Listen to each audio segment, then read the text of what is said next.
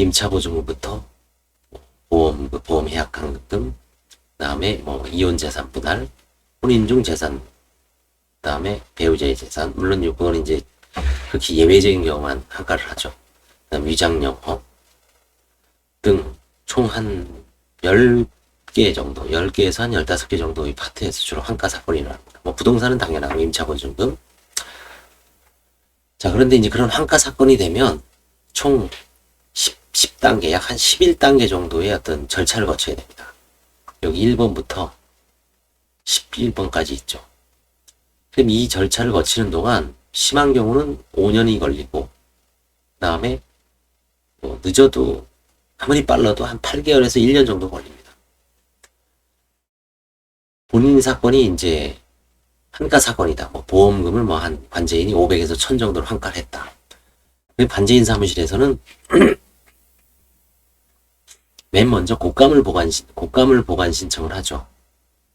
이거는 이제 화해계약이라든가 임의환가, 경매배당금 수령, 공탁금 수령 등 파산재단을 형성하기 위해서는 이제 통장을 개설해야 되는데, 그거를 곡감을 보관 신청입니다. 곡감을 보관 신청을 하면 법원에서 판사님이 결정을 하고, 뭐 주로 이제 신한은행, 법조타운 분점에다가 이제 개설합니다. 물론 아무 은행이나 상관없습니다. 하나은행이 할 수도 있고요. 관제이사는 가까운 데다 할 수 있습니다. 곡감을 보관 신청을 하면 이제 곡감을 보관 결정을 하고 곡가품 이제 의뢰서를 법원에서 2가지를 발급을 해줍니다. 출력을 해서 관제인은 여기에다가 파산 선고 결정문, 파산 선고 선임증 이 2개를 첨부하고, 그 다음에 통장 개설 신청에는 총 6가지의 서류를 써야 됩니다. 이거를 다 한 10가지를 첨부해서 은행에 가서 통장을 만드는데 한 15분 정도 걸립니다. 요즘은 한 개 만드는데 입력을 하고, 많이 입력을 하시더라고요. 확인도 하고. 그래서 절차가 상당히 까다롭습니다. 물론 이거를 또 직원한테 시키면은 또 위임장을 별도로 인감을 첨부한 인감 위임장을 또 만들어 줘야 됩니다. 관제인이 직접 가면은 이제 신분증만 있어도 되죠. 그래서 옛날에는 이제 저도 신한 위임장을 했는데, 지금은 이게 이제 바뀌었죠. 옛날에는 당사자들이 변호사 사무실에 위임하는 걸로 했는데, 지금은 바로 이제 관제인이 직접 은행에다가 이제 만드는 거, 개설을 하는 거고, 관제인이 직원을 시키면 그때 직원을 통한 위임장을 제출을 해야 됩니다. 그러면 이제 이 곡감을 보관 신청을 하면서 동시에 보조인에게 재단 채권을 조사하라고 이제 하죠. 그러면 보조인은 재단 채권 신고서란 양식을 줘서 3군데를 다니게 하죠. 세무서, 지방자치단체, 이제 시군구청이죠. 그다음에 건강보험공단. 국민건강보험공단은 법에 의해서 국민연금하고 건강보험금, 보험금 그거를 2가지를 다 징수하는 기관입니다. 국민연금관리공단에서는 징수를 하지 않습니다. 그걸 착각을 하시면 안 됩니다. 그래서 이제 재단 채권을 신고를 하면 이게 이제 나중에 6-12에서 또 분기점이 생기죠. 그래서 이제 통장을 만들고 재단 채권, 대부분 재단 채권은 없죠. 가끔 한 20-30% 되는 사건이 있습니다. 자, 그 다음에 이제 곡감을 보관 신청을 해서 이제 경매 배당금을 수령하거나 뭐 매매 계약을 하거나, 주로 이제 화해 계약을 많이 하죠. 화해 계약서를 써서 허가를 받습니다. 법원에 판사의 허가를 받아야 됩니다. 그 다음에 2- 매매 계약 및 허가 관련해서 공매절차로 인한 매각이나 수의 매각을 체결할 수 있는데 판사의 허가를 받아야 됩니다. 마찬가지로 주로 화해 계약을 허가받고요. 가끔 매매 계약이 있는 경우도 있습니다. 여기 뭐 이제 2가지로 좀 나눠서 놨습니다. 그 다음에 화해 계약에서 돈 이제 허가를 받았을 때 그게 이제 몇 개월 후죠. 한 6개월에서 1년, 1년, 2년이 걸릴 수도 있습니다. 기일 지정 신청을 하죠. 채권 조사 기일 지정 신청입니다. 채권을 조사하겠으니 기일 지정을 해주십시오라고 하면 판사가 기일 지정을 하죠. 기일 지정을 하면 관제인은 채권 신고 안내문을 작성을 해서 법원 실무관한테 이메일로 보냅니다. 그러면 법원에서 법원에서 이제 보내주는 거예요. 채권 신고 안내문을 채권자한테 쭉 보내줘. 언제까지 신고하라고. 그 다음에 이제 이때 마찬가지로 재단 채권을 신고한 거를 토대로 관제인은 세무서, 건강보험공단, 시군구청에다가 재단 채권 교부 신청을 하라고 팩스로 안내해 줍니다. 그러면 시군구청이나 재단 채권자들이 팩스로 교부 신청을 합니다. 신속하게 하려고 그러는 거죠.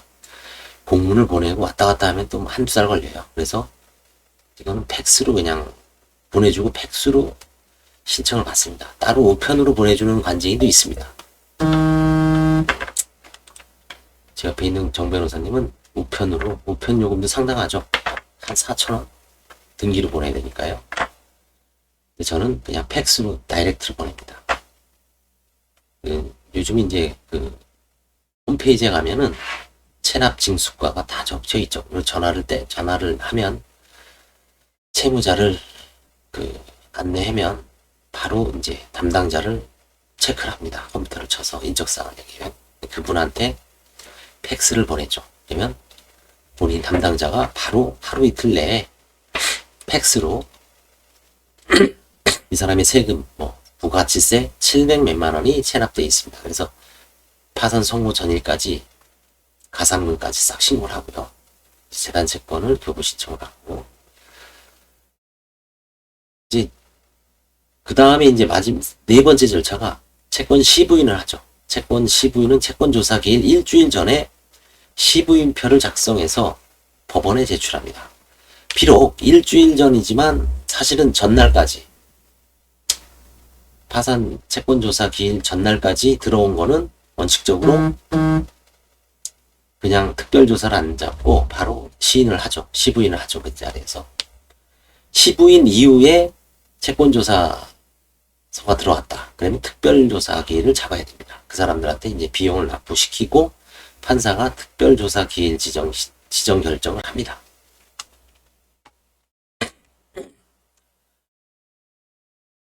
개인 파산에서는 시부인표가 많아봐야 한 9명, 10명, 11명, 12명 정도죠. 근데 법인은 아마 수십 명 될 수도 있어요. 근데 이거는 이제 한글 HWP로 집계를 하고 이제 실제 요즘은 CSV 파일이라 그래서 엑셀 파일이죠. 거기다가 이제 다 기입을 해야 됩니다. 두 개를 다 입력을 해야 됩니다. 그래서 좀 옛날보다는 좀 까다로워졌지만 기움이 되니까 어려운 건 아니죠. 오류가 자주 나죠, 이게. 그 다음에 이제 시부인이 확정이 된다. 시부인이 확정 안 되면 채권 조사 확정 재판을 해야 됩니다. 끝날 때까지 상당히 시간이 오래 걸리는 경우도 있지만 채권 조사 확정 재판을 많이 안 하고 관제인 하는 것도 복이죠. 빨리빨리 끝나니까요. 채권 조사 확정 재판이 경험이 많으면 고생했다는 얘기죠. 그 다음에 이제 시부인표 확정되면 다음 절차로 관제인 보수 신청을 합니다. 정확하게는 보수 결정을 위한 소명자료 제출 및 예납금 재단 편입 신청을 하죠. 그럼 예납금 재단 편입은 제가 하는 게 아니라 법원에서 하는 거죠. 실무관이 허가서가 나오면 법원 자금 담당 직원, 격리 직원이라고 합시다. 격리 직원한테 제시를 하면 그 직원이 관제인 통장, 아까 우리 통장 만들어 놓은 거 있죠. 글로 최초의 예납금 30만원, 50만원, 100만원 그게 들어옵니다. 배당 재원을 쓴다는 얘기죠. 그 다음에 이제 판사님은 이제 환가의 어떤 노력, 그 다음에 환가금을 기준으로 관제인 보수 결정을 하죠. 보수 결정은 이제 표에 나와 있습니다. 전국적으로 동일하고 법원별로 약간 가감이 있습니다.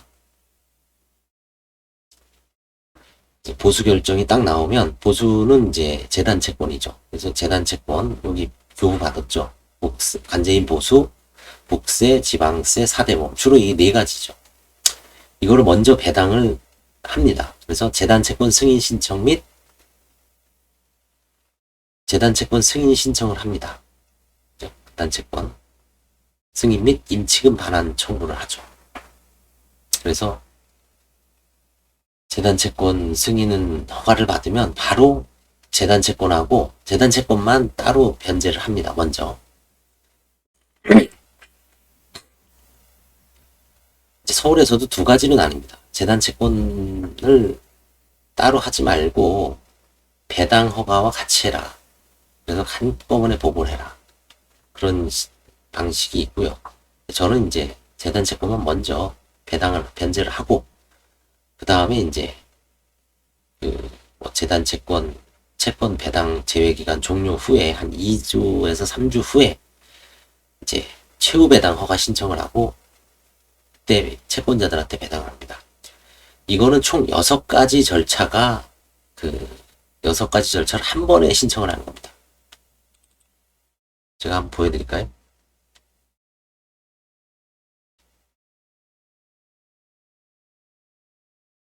그래서 이제 6-1에 갈립니다. 분기점이 생기죠. 재단채권만 배당하는 경우는 재단채권 승인 신청 및 재단채권 변제 후 폐지 요 경우는 이제 바로 폐지기일 지정 신청까지 하죠. 볼까요? 옛날 걸로 할게요. 옛날 걸로. 지금 건 또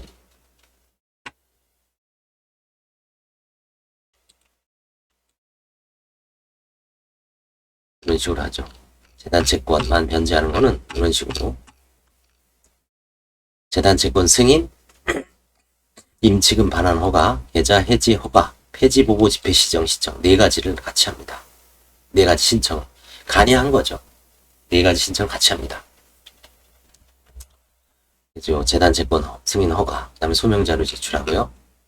그 다음에 임치금 반환 및 계좌 허가 신청 이런 식으로 그 다음에 배당 지원 산정을 위한 수지 계산서를 또 이렇게 하고 재단채권 최후 배당표를 또 이제 합니다. 그 다음에 이제 마지막으로 폐지 보고서까지 나중에 나오죠. 그래서 이렇게 지금 4가지 6-2 재단채권만 변제하는 거 재단채권 승인, 임치금 반환 허가, 계좌 해지 허가, 폐지 보고 집행 지정 신청. 폐지라는 거는 이제 재단채권만 변제하면 폐지죠. 이런 식으로 합니다.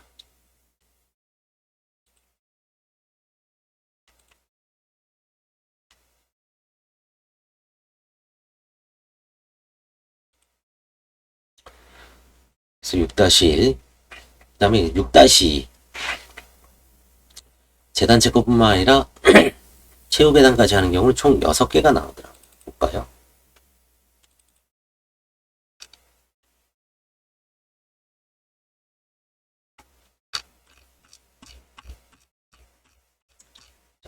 여섯 개 나오죠.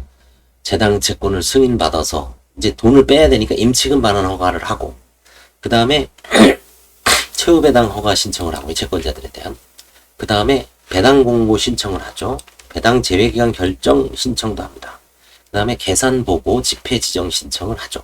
총 하나, 둘, 셋, 넷, 다섯, 6개. 6개의 신청을 따로따로 하는 게 아니라 이게 한 장에 간소화됐죠. 이게 이런 식으로 6개를 한 번에 합니다. 6개를 6개를 아까 이제 똑같이 이런 식으로 합니다. 여기는 이제 특이한 게 최후 배당표에 채권자의 주소를 쓰게 되어 있습니다. CSV 파일에서도 이제 쓰게 되어 있죠. 이게. 그 다음에 일정을 이렇게 합니다. 그래서 최후 배당 허가 신청을 하고 종결 집행까지 약 2달 걸립니다. 2달.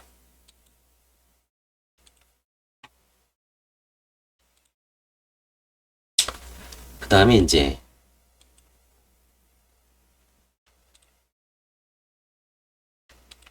임치금 반환 및 계좌 해지 허가를 하면서 동시에 배당액 통지를 합니다. 7하고 8-1은 같이 하죠. 그 다음에 8- 배당액 통지를 하고 이제 2주 후에 배당 실시를 하죠. 은행에다가 이제 은행에 가서 돈을 나눠주는 겁니다. 계좌 이체를 해주는 거죠. 그 다음에 이제 바로 돌아와서 계산 보고 배당 결과 입력. 이건 이제 요즘은 이제 컴퓨터 전자소송 사이트에 가서 직접 하게 돼 있어요. 그 다음에 이제 폐지 종결 보고를 하죠. 자, 그래서 이제 궁금하실 거예요. 그래서 가장 이 모든 절차를 관제인 절차이기 때문에 여러분들 잘 알 수가 없습니다. 그러면 그래도 이제 알 수 있는 게 뭐냐면 시부인은 나오죠. 시부인. 그래서 내 사건이 환가 사건이고 뭐 관제인하게 화해 대금을 다 입금하는데 언제부터 언제 끝나는지를 가장 알아보면 가장 좋은 방법은 시부인 집회부터 요 폐지까지 2달 정도 걸린다고 보면 돼요. 2달 정도.